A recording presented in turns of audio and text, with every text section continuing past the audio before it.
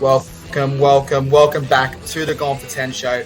We're here. The team lists have dropped yesterday afternoon. The round will kick off tomorrow. It'll be the Seagulls taking on Seagulls taking on Parramatta. What an absolute cracking start to the podcast. What a cracking start to the week. Baxter, mate, if you had to pick a game so far this week, before we do go into each lineup, which game are you most looking forward to? Apart from the Cowboys taking on the New Zealand Warriors, I think on the 5:30 match there, I'm actually going to quickly bring it up because I actually haven't put my tips in so far, so I don't even know who's playing who this weekend. But as I scroll down, I might scroll past the 7:30 on the Saturday, Brisbane take on Dragons. Both teams coming off a win, so it should be a juicy one to watch. 100%. Now, obviously, before we do start, I just read a stat as I got home, and it's got that the average margin for the first two games, so the average winning margin per game since 1998, 2023, sitting at 8.5 average winning margin, which is the lowest it's been, which means it's the closest the competition has been since 1998. So let's hope that continues. Let's hope from the start, continuing on now, we start having these almost finals like football games in the early rounds, and let's hope this can continue through until obviously the actual finals. But let's jump straight into it. You know what we're here for. It's up on the screen. NRL teams, round 3, 2023, kicking it off. We'll first look at the ladder. Obviously, Manly coming first, Dolphins second, Dragons third, Broncos fourth. I know what you're thinking. Is it 1998? Because this looks a bit weird. Fifth, Panthers. Sixth, Rabbits. Seventh, Warriors. 8th, Titans. 9th, Roosters. 10th, Sharks. 11th, the Knights. 12th, Storm.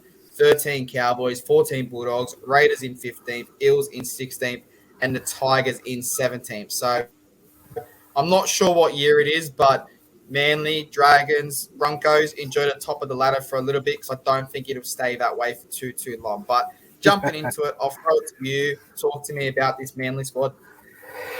Yeah, we got Tommy Petit back in the fullback role with Christian Tupanua and Ruben Garrick in the wings. Brad Parker, Tuliolo Kulute in the centre roles. Josh Schuster makes his return back to 6. That drops Cooper Johns to, I think, jersey 9 team, not named on screen at the moment. Daly Evans is his halves partner. You got T. Pesicina. Mate, I'm butchering them all over. And Jake Trbojevic in the front row position with Lachlan Croker as the hooker.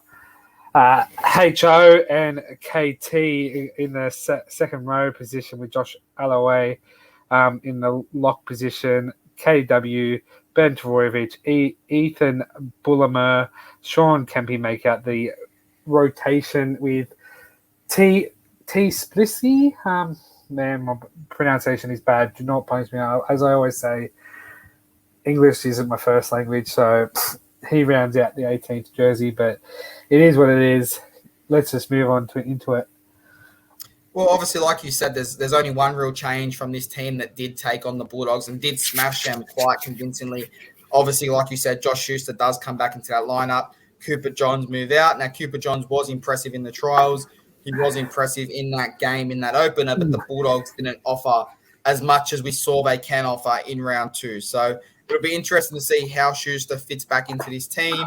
Is it they work together with 6 and 7, or is it Daly Cherry Evans kind of takes charge, puts the kicks in, and Schuster's kind of that second-hand man who kind of is just there while Daly Cherry Evans directs. But it's a good lineup. You've got Tommy back in there. Let's hope that week off does allow him to be a bit more explosiveness, but let's move straight into the team that is 0-2 at the moment. It is the Parramatta Eels. You got Clint Gufferson, Maiko Siva, Will Penasini, Waka Blake, Bailey Simonson, Dylan Brown, Mitch Moses, RCG, Josh Hutchinson in the hooker, Junior Paulo, Bryce Cartwright with the Cardi priority, wearing number 11, Matt Dury, Jermaine Hopgod, Jira Mimosia, Jack Murchie, Wiramu Krieg, Eminem, and Jake Arthur in the 18th man. Now, this game in 24 hours' time, this is getting recorded on a Thursday. This game will be live. The lineups are out. This is how they're going to go 1 through 18. So I guess they're 0-2. They're coming up against a hot and fiery Manly side who have had the week off. They've had the rest. On the flip side, Parramatta got belted. They got hit hard. They went into a grueling contest with the Sharks.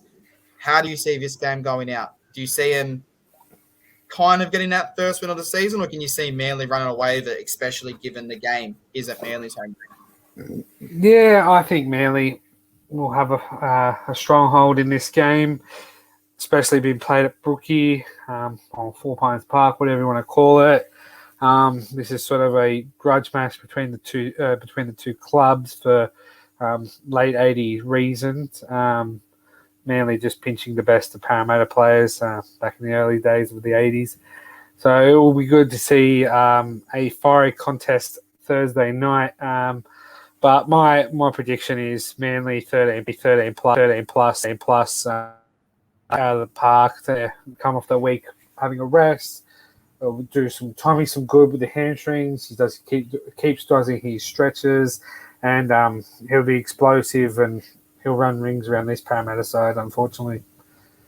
Yeah, well, obviously, like we did say, we're going to kind of wait a couple of weeks. We're going to look at these stats and we're going to see how teams go off the bye. Now, Manly is the second team off the bye. Can they be 2 from 2 with teams coming off the bye getting the win?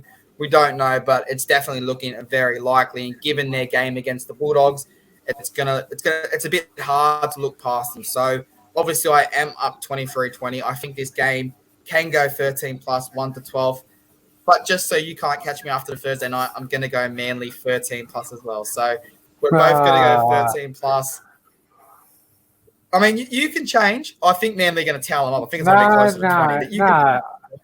No. I think it's going to sit. It's going to sit about it's going to sit like 24 or 24-10 or something like that. It's just going to be one of those games where it's just all Manly football.